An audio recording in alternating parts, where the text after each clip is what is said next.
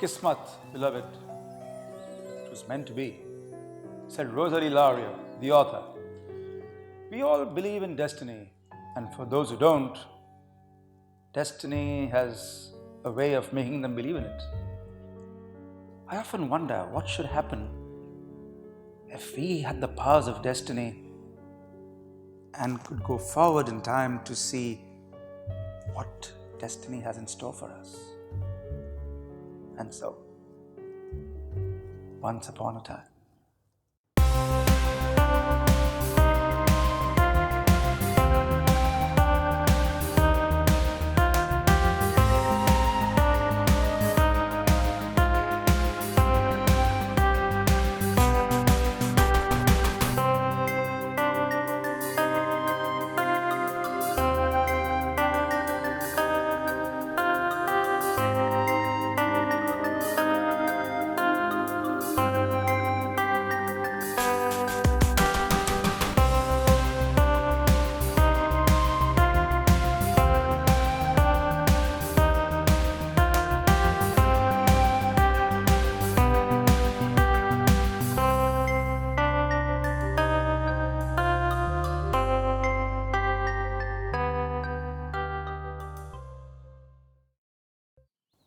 the telephone ring was not the usual kind. No real melody to it, just staccato rings at irregular intervals. Rahul answered the phone in any case, not really surprised by the kind of ringing, but more by the fact that someone was actually calling on the telephone in times when everybody called the cell phone. Hello, hello, he heard his own voice in a strange kind of echo and a strange humming, but little else. He let the receiver back into the cradle. It had been raining all night, and Rahul could see that he was already late for work.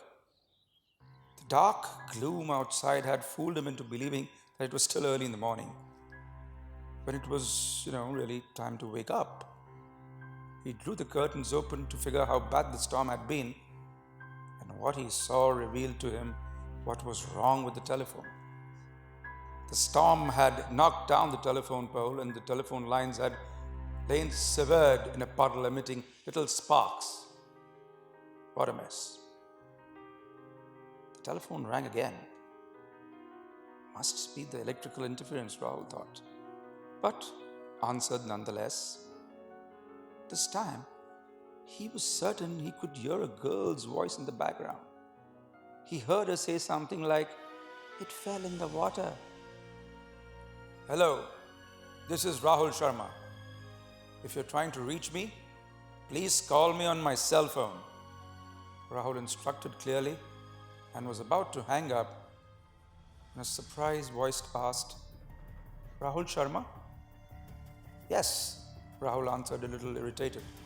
"Whatever you do, get into the elevator," said the voice.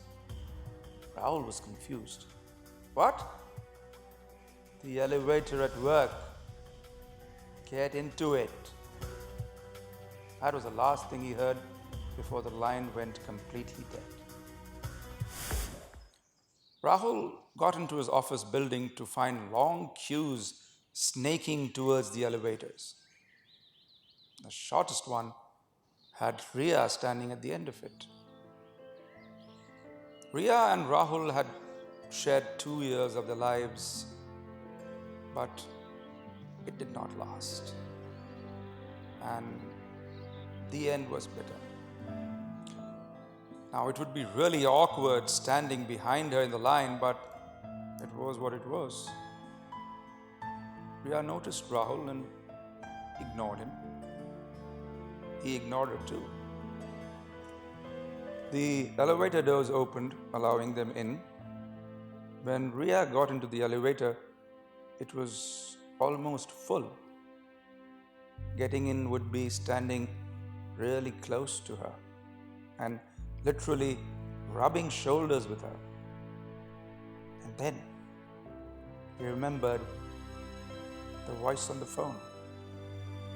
Whatever you do, get into the elevator. He got in. They rode the elevator in silence, and soon the car was empty of everyone but them. They looked away. 3 more floors to go. The elevator lurched suddenly and stopped. Then the lights went out. Great, thought Rahul. This was the last thing they needed. They stood motionless in the darkness for a while. Rahul knew that Riya was scared of the dark. He told her it would be all right. She thanked him. Silence. He looked nice in blue, she told him. He thanked her. Silence. He asked her if she was getting married next month. She said she was. Silence. He told her it hurt him a lot. He still missed him. Silence. She said she missed him too. It hurt her a lot too. Silence. He heard her crying softly. His hand found her hand. She came into his arms easily. The lights came on. 2 months later, they sat together in candlelight. The rain fell softly outside. Riya had ordered some Chinese takeaway and Rahul had brought some wine. They laughed and spoke all kinds of nonsense that made them fall even more in love with each other. It was great to be back together. After that day in the elevator, it took only hours for Riya to call off a wedding, and a week later, Rahul asked her to move in. Riya was trying to fix her phone by the candlelight. Rahul took it from her, offering her to help. It was then that he noticed that the phone seemed to be connected to another line. And he heard himself saying, "Hello, hello." It fell in the water, Riya told him. Then he heard the voice on Riya's phone said, "Hello, this is Rahul Sharma. If you're trying to reach me, please call me on my cell phone." Rahul could not believe it. Cupid had somehow connected Riya's phone to his telephone 2 months back. He had a vision of the wires dancing in the puddle, emitting sparks. Now he knew they were the sparks of love, energizing the pool of a stale state of the